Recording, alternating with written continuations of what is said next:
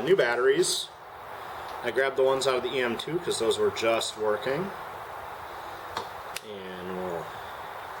And I checked the spark and it's good. So now I'll see if this starts.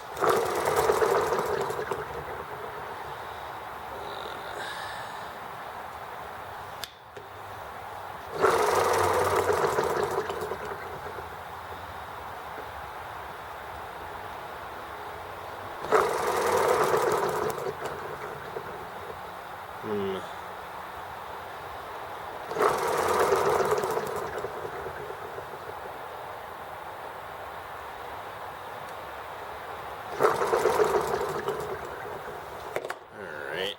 Did I have it flooded so bad that it's already made the plug wet again? I probably should have spun it a bit and dried it out. Yep, plug's soaking wet again. A lot of fuel must have run in there when I accidentally left the needle open filling it. So.